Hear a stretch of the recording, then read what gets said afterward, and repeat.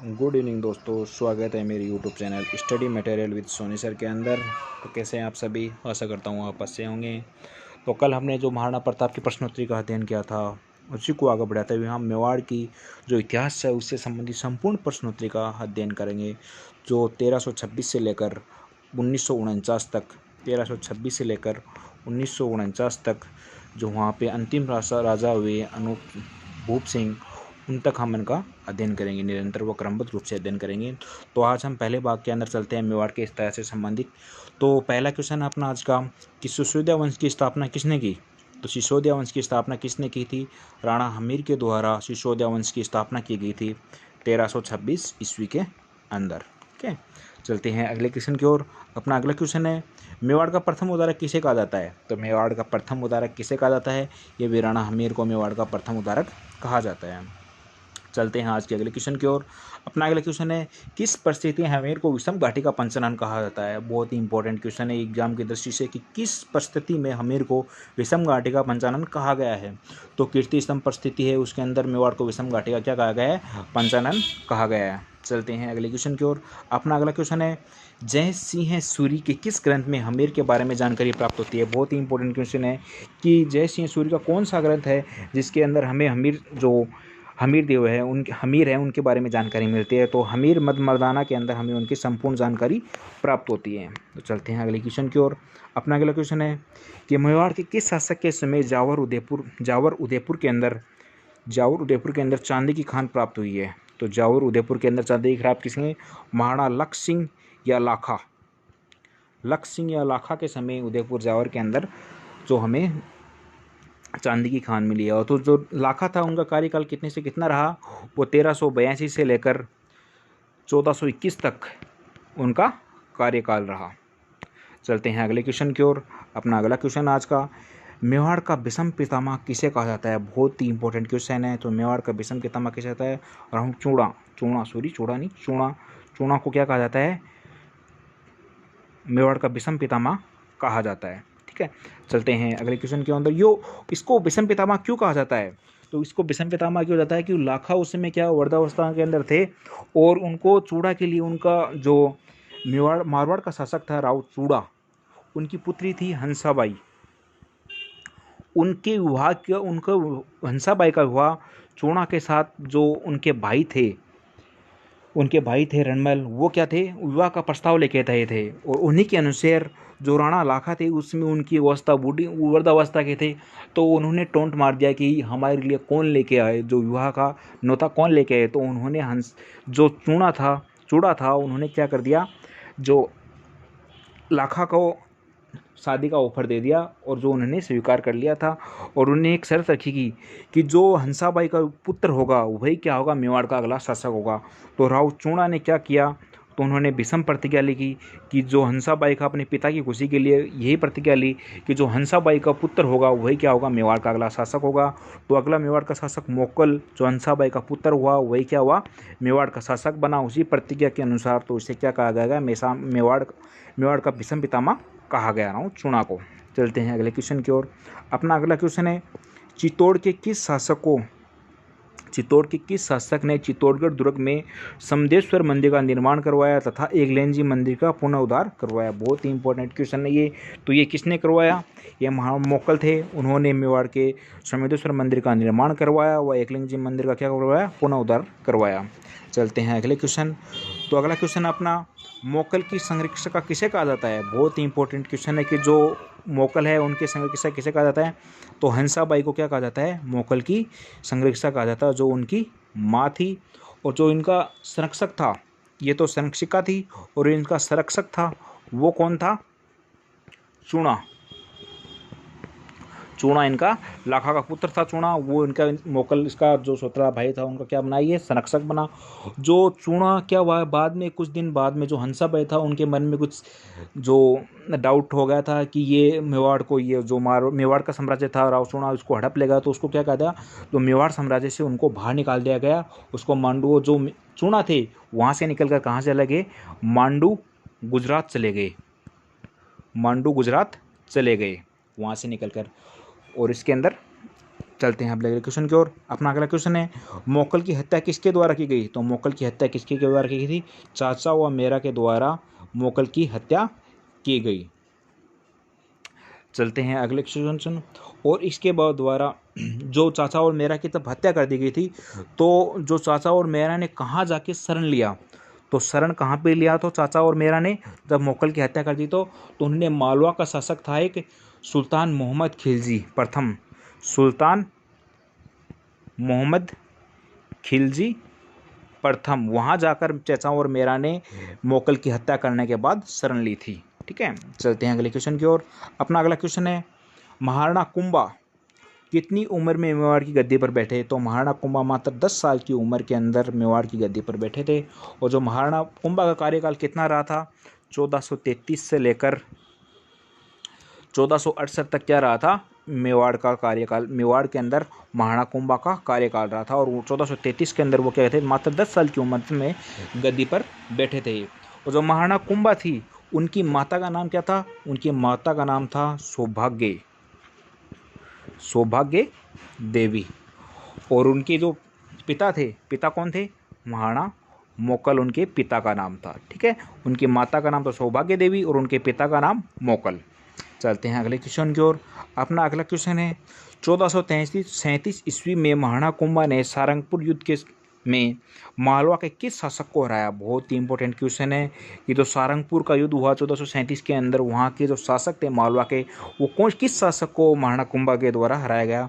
तो मोहम्मद खिलजी प्रथम को वहाँ पे मालवा का शासक था उस समय, तो उनको हराया। चलते हैं अपने अगले क्वेश्चन की ओर। अपना अगला क्वेश्चन है, महाराणा कुंभा मालवा विजय के उपलक्ष्य में चित्तौड़गढ़ दुर्ग में कीर्ति स्तंभ या विजय स्तंभ का निर्माण करवाया, उसके वास्तुकार कौन थे? बहुत ही इंपॉर्टेंट क्वेश्चन है। इनके वास्तुकार कौन थे? तो वास्तुकार कौन थे? मंडन थे, मंडन इनके क्या थे? वास्तुकार थे। और जो विजय स्तंभ या कीर्ति स्तंभ है, उनका कितने साल में इनका कार्यकाल पूरा हुआ? तो 1440 में ये बनना स्टार्ट हुआ और 1448 में उनका कार्यकाल पूरा हुआ। और जो ये जेता कुंपा, ये दोनों क्या थे? उनके शिल्पी थे। महाराणा कुंभा क्या थे? शिल्पी। और जो वास्तुकार थे वो कौन थे? मंडन थे। चलते अपने अगले क्वेश्चन की ओर।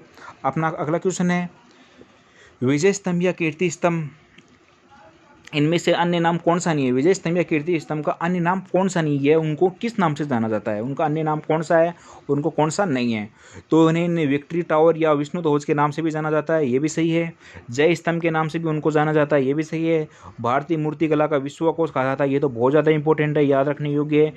और ये मूर्तियों कला का अजायब घर भी इसको कहा जाता है। इसका मतलब ये चारों जो ऑप्शन है ABCD, ये चारों सही है। ठीक है, तो ये आपको ये चारों ऑप्शन ध्यान रखने हैं। विक्ट्री टावर भी कहा जाता है विजय स्तंभ को, जय स्तंभ भी कहा जाता है, भारतीय मूर्तिकला का विश्वकोश भी कहा जाता है और भारतीय मूर्तिकला का अजायब घर भी कहा जाता है। चलते हैं अगले क्वेश्चन की ओर। आज का अगला क्वेश्चन है, कीर्ति स्तंभ या विजय स्तंभ की तुलना रोम के हार्जन टावर से किसने की है? बहुत ही अच्छा क्वेश्चन है। कीर्ति स्तंभ या विजय स्तंभ की जो तुलना है वो किस टावर से किसने की है? तो कि किसने की है? फर्ग्यूसन ने की है। ठीक है, फर्ग्यूसन के द्वारा इसकी तुलना की गई है। चलते हैं अपने अगले क्वेश्चन की ओर। अपना अगला क्वेश्चन है, विजय स्तंभ कितना मंजिला है? बहुत ही अच्छा क्वेश्चन है। विजय स्तंभ कितना मंजिला है? तो विजय स्तंभ है 9 मंजिला है। और जो विजय स्तंभ 9 मंजिला है वो कितने फीट ऊंचा है? तो इसमें 157 तो सीढ़ियाँ है और 122 फीट इसकी ऊंचाई और 157 इसके अंदर क्या है? सीढ़ियाँ है। तो ये भी ध्यान रखने योग्य बातें हैं। पूछ लेते हैं कई बार सीधा सीधा कि जो विजय स्तंभ है वो कितना मंजिला है और उसमें कितनी सीढ़ियाँ और कितनी ऊंचाई पर ये स्थित है। इसके अंदर 9 मंजिला है, 122 इसकी फीट इसकी ऊंचाई है और 157 इसके अंदर क्या है? सीढ़ियाँ हैं। चलते हैं अपने अगले क्वेश्चन की ओर। अपना अगला क्वेश्चन है, राजस्थान पुलिस का प्रतीक चिन्ह क्या है? तो राजस्थान को पुलिस का प्रतीक चिन्ह क्या है? तो इसका विजय स्तंभ भी राजस्थान पुलिस का प्रतीक चिन्ह है। ठीक है, आप देखेंगे जो राजस्थान पुलिस का लोगो होता है वो विजय स्तंभ भी बना हुआ है। ठीक है, तो अगला क्वेश्चन है अपना, चंपानेर की संधि किन के मध्य हुई? बहुत ही इंपॉर्टेंट क्वेश्चन है कि चंपानेर की संधि किन किन के मध्य हुई? तो 1456 में चंपानेर की संधि की गई और चंपानेर की संधि हुई मोहम्मद खिलजी प्रथम और गुजरात के शासक थे कुतुबुद्दीन शाह। गुजरात के शासक कुतुबुद्दीन शाह है और कुतुबुद्दीन शाह और मोहम्मद खिलजी हुई। और ये किन के खिलाफ हुई? ये कुंभा के खिलाफ हुई थी ये संधि। ठीक है, तो वह पूछ सकता है कि चंपानेर की संधि किसके खिलाफ हुई थी, तो चंपानेर की संधि कुंभा के खिलाफ हुई थी। और किन किन के मध्य हुई, खिलजी प्रथम और कुतुब बिन शाह के मध्य हुई। चलते हैं अपने अगले क्वेश्चन की ओर। कुंभा द्वारा निर्मित कुंभलगढ़ दुर्ग के परकोटे की चौड़ाई कितनी है? बहुत ही अच्छा क्वेश्चन है एग्जाम की दृष्टि से कि इनकी चौड़ाई कितनी है। तो इनकी चौड़ाई है 35.8, जो आपको किताबों के अंदर 36 मिनट के मिल रहा है। तो इसके बारे में ये कहा जाता है कि ये दुनिया की दूसरी सबसे लंबी दीवार है, दुनिया की दूसरी सबसे लंबी दीवार है। और जो भारत की क्या है, भारत की महान दीवार भी कहा जाता है इसकी, भारत की महान दीवार भी इसे क्या कहा जाता है, ठीक है। और जो इसके 3 घोड़े एक साथ इसके ऊपर दौड़ सकते हैं, ये भी कुंभा की जो कुंभलगढ़ दुर्ग है इसके बारे में कहा जाता है कि 3 घोड़े एक साथ कहाँ पे दौड़ सकते हैं। तो 3 घोड़े एक साथ कहाँ पे दौड़ते हैं, कुंभल के जो परकोटे हैं उसके अंदर 3 घोड़े एक साथ दौड़ सकते हैं। राजस्थानी स्थापत्य कला का जनक किसे कहा जाता है? तो राजस्थानी स्थापत्य कला का जनक महाराणा कुंभा को कहा जाता है, ठीक है। चलते हैं हम अगले क्वेश्चन की ओर। अपना अगला क्वेश्चन है, महाराणा कुंभा के दुर्ग के बारे में यह कथन किसने कहा था कि यह इतनी ऊंचाई पर बना है कि इसे देखने पर सिर की पगड़ी भी गिर जाती है? बहुत ही इंपॉर्टेंट क्वेश्चन है एग्जाम की दृष्टि से। यह किसने कहा था? ये अबुल फजल ने कहा था, जो अपनी पुस्तक थी अकबरनामा, उसमें ये बात कही गई है कि यह इतनी ऊंचाई पर बना है कि इसे देखने पर सिर की पगड़ी भी गिर जाती है। जो इसके अंदर जो कुंभलगढ़ दुर्ग के अंदर कठारगढ़ दुर्ग बना हुआ है, इसके बारे में इनका वर्णन इसी के अंदर मिलता है। चलते हैं अपने अगले क्वेश्चन की ओर। तो अपना अगले क्वेश्चन है, महाराणा कुंभा के मुख्य शिल्पकारों में से इनमें से कौन सा नहीं है? जो महाराणा कुंभा के जो शिल्पकार थे उनमें से कौन सा नहीं है? तो इसमें से मंडन क्या थे? शिल्पकार नहीं थे ये मंडन थे क्या? वास्तुकार थे। तो जेता भी क्या थे? शिल्पकार थे। पुंजा भी शिल्पकार थे। और नाथा और पेमा ये 2 व्यक्ति हैं और ये भी क्या थे? शिल्पकार थे। और कौन सा ये जो मंडन है ये शिल्पकार ना होकर क्या था?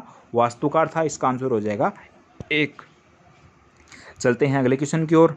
अपना अगला क्वेश्चन है, कवि श्यामल दास ने अपने किस ग्रंथ में लिखा है कि कुंभा ने मेवाड़ के 84 दुर्गों में से 32 दुर्गों का निर्माण महाराणा कुंभा ने करवाया? बहुत ही इंपॉर्टेंट क्वेश्चन है, ये भी एग्जाम की दृष्टि से पूछा भी गया है।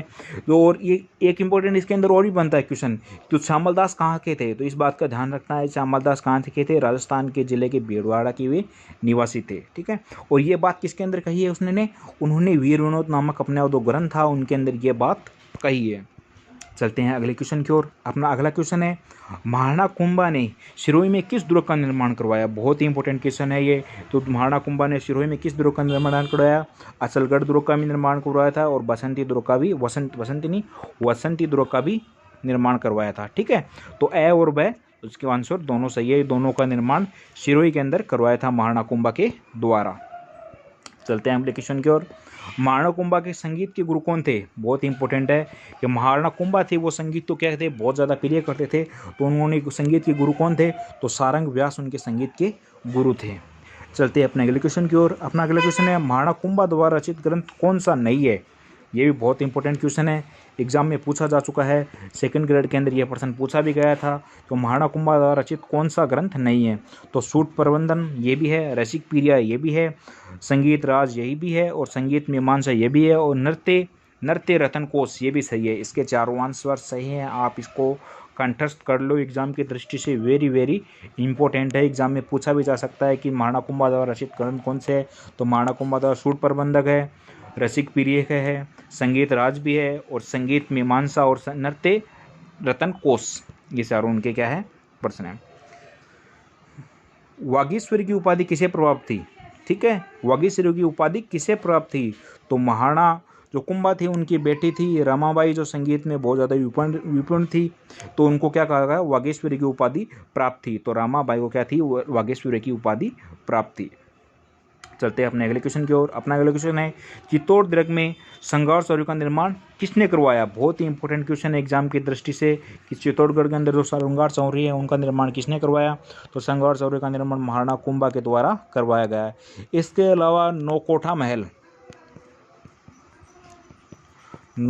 महल व कुंभ श्याम मंदिर, कुंभलगढ़ श्याम मंदिर या कुंभ श्याम मंदिर का निर्माण भी महाराणा कुंभा द्वारा करवाया गया। ठीक है, चलते हैं अपने अगले क्वेश्चन की ओर। अपना अगला क्वेश्चन है, मेवाड़ के प्रथम पितृहंता किसे कहा जाता है? बहुत ही इंपॉर्टेंट क्वेश्चन है ये भी एग्जाम की दृष्टि से कि मेवाड़ का प्रथम पितृहंता किसे कहा जाता है।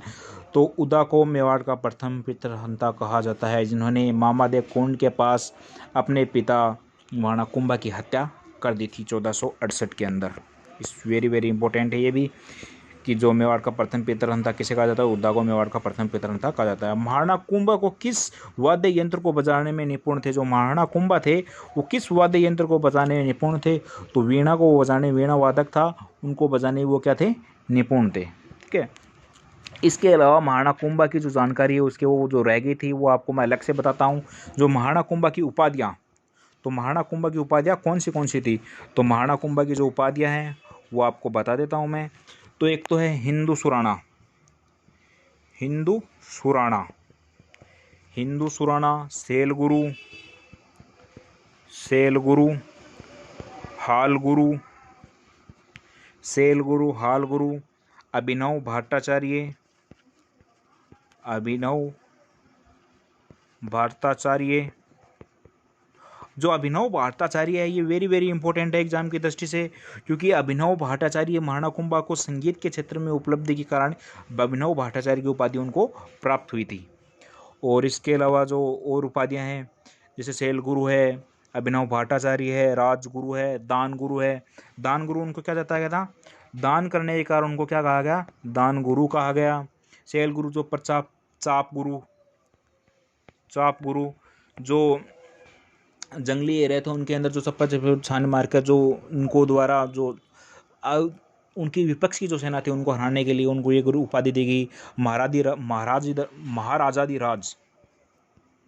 महाराजाधिराज, राजाधिराज की उपाधि उनको प्राप्त थी। ठीक है। इसके अलावा और अन्य उपाधि भी उनको प्राप्त थी। तो ये इंपॉर्टेंट बातें हैं महाराणा कुंभा के द्वारा। महाराणा कुंभा बहुत ज़्यादा इंपॉर्टेंट है एग्जाम की दृष्टि से। आप महाराणा कुंभा को पूरी तरीके से एक बार अपनी बुक के अंदर और पढ़ लेना, जिसके कारण आपको संपूर्ण जानकारी उनके अंदर प्राप्त हो जाएगी। ठीक है। इसके बाद में अगला क्वेश्चन और जो है वो है मेवाड़ के किस शासक को उड़ना राजकुमार की संज्ञा दी जाती है? बहुत ही इंपॉर्टेंट क्वेश्चन है कि मेवाड़ का कौन सा शासक है जिसे उड़ना राजकुमार की संज्ञा दी जाती है। एग्जाम में पूछा हुआ क्वेश्चन है। तो ये कौन सा है? पृथ्वीराज सिसोदिया को मेवाड़ का उड़ना राजकुमार की संज्ञा दी गई थी। ये महाराणा जो रायमल कुंभा का पुत्र था। जो रायमल है, पृथ्वीराज सिसोदिया क्या थे? रायमल जो पृथ्वीराज सिसोदिया है उनके बड़े बेटे थे। पृथ्वीराज सिसोदिया रायमल के क्या थे? बड़े बेटे थे। पृथ्वीराज सिसोदिया है वो रायमल के बड़े बेटे थे। तो पृथ्वीराज सिसोदिया के पिता का नाम क्या हुआ?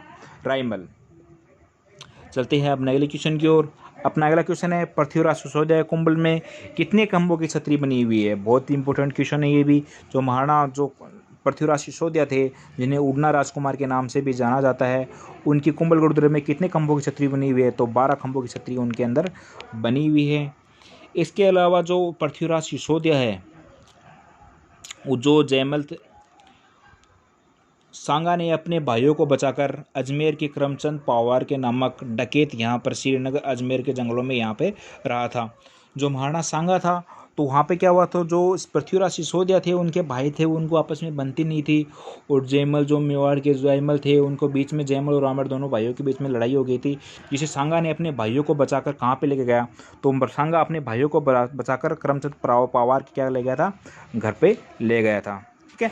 अब महाराणा कुंभा की जो प्रमुख उपाधि है वो आपको एक बार फिर से बताता हूँ मैं। वह है हिंदू सुराणा, हिंदू सुराणा।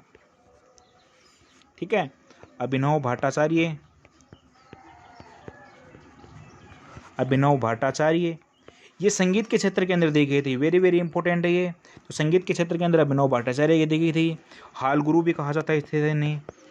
हाल गुरु, राजगुरु, अच्छा राज करने के कारण उनको राजगुरु भी कहा गया। इसके अलावा दान गुरु कहा गया, दान गुरु। और उनको सेल गुरु भी कहा गया, सेल गुरु भी कहा गया। अन्य नाम थे। तो कैसा लगा उसको वीडियो आपको? कमेंट बॉक्स में आपका आंसर दीजिए। और आपके कितने क्वेश्चन हुए वो भी आप अपने कमेंट बॉक्स में आंसर देंगे कि आप मेरे इतने क्वेश्चन हुए। और कैसे लगा आज का वीडियो वो भी आप कमेंट करके बताएंगे। Thank you.